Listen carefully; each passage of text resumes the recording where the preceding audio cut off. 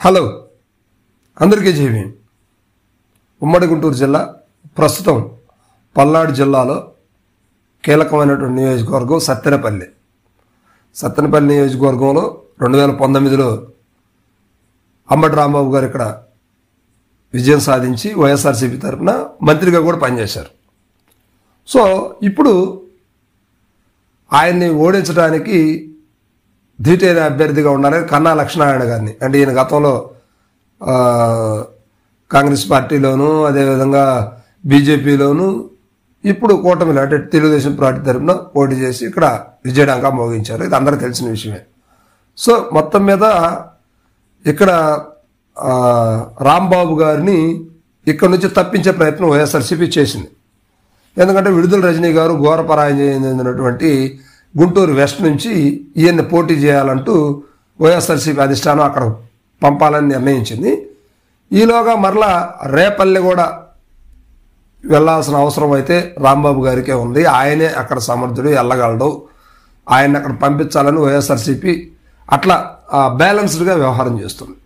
అయితే మొత్తం మీద మరి సత్తెనపల్లికి ఒక సరైనటువంటి మాస్ లీడరు కావాల్సిన పరిస్థితి ఇప్పుడు ఉంది.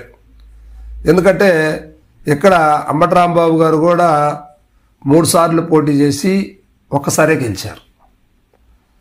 కానీ ఇంకా సమర్థులైనటువంటి వ్యక్తిని వెతకడం ప్రారంభించారు. అక్కడ రెడ్డి సామాజిక వర్గం ఓట్లు కూడా ఎక్కువగానే ఉన్నాయి. అంటే పల్నాడు ఏరియా కాబట్టి కొంచెం ఆ వాతావరణం ఉంది. సో అందువల్ల ఆళ్ల రామకృష్ణారెడ్డి గారిని, ఆళ్ల శ్రీనివాసరెడ్డి గారిని, అదేవిధంగా మోదుగోళ వేణుగోపాల్ రెడ్డి గారిని, వీళ్ళ ముగ్గురిని కూడా అధిష్టానం పరిశీలనలో పెట్టింది.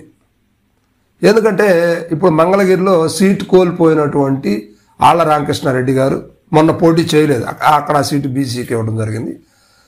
ఇప్పుడు ఆయన ఏదైనా ఇప్పుడు స్థానికంగా అంటే గుంటూరు జిల్లా నుంచే పోటీ చేయాల్సిన అవసరం అయితే ఉంది. ఎక్కడైనా కూడా గుంటూరు కానీ లేకపోతే ఉమ్మడి గుంటూరు జిల్లాలో లెక్కేస్తే పల్నాడు జిల్లాలో వస్తుంది. మరి ఇలాంటిది ఏది కూడా లేకుండా దూరంగా వెళ్ళి పోటీ చేయడం అంటే కష్టం కదా.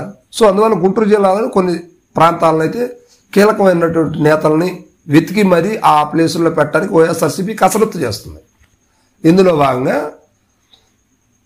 ఆళ్ల రామకృష్ణారెడ్డి గారిని సత్తెనపల్లికి పంపించే యోచనలో వైఎస్ఆర్సీపీ బలంగా నిర్ణయించుకుంది. మొత్తానికి ఆల్రెడీ డిసైడ్ అయినట్టుంది.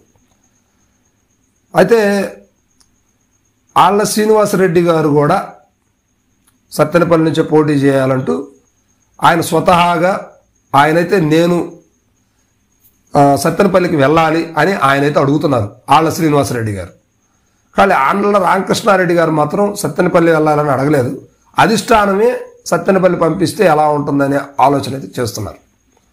సో ఇది అక్కడ బ్యాలెన్స్. ఏ క్షణానైనా కూడా వీళ్ళిద్దరిలో ఎవరినైనా కూడా ఒకరిని ఖచ్చితంగా సత్తెనపల్లికి ఇన్ఛార్జిగా నియమించే అవకాశం అయితే ఉంది. ఎందుకంటే నెక్స్ట్ బలమైనటువంటి అభ్యర్థి కావాలి, పేరున్నటువంటి అభ్యర్థి కావాలి. ఖచ్చితంగా ఎన్ని పరిస్థితులు ఎన్ని ఆటంకాలు ఉన్నప్పటికీ కూడా గెలిచి తీరాల్సిన అవసరం అయితే వైఎస్ఆర్సీపీకి ఉంది. ఇప్పుడు సవాల్గా మారిన పరిస్థితులు కదా.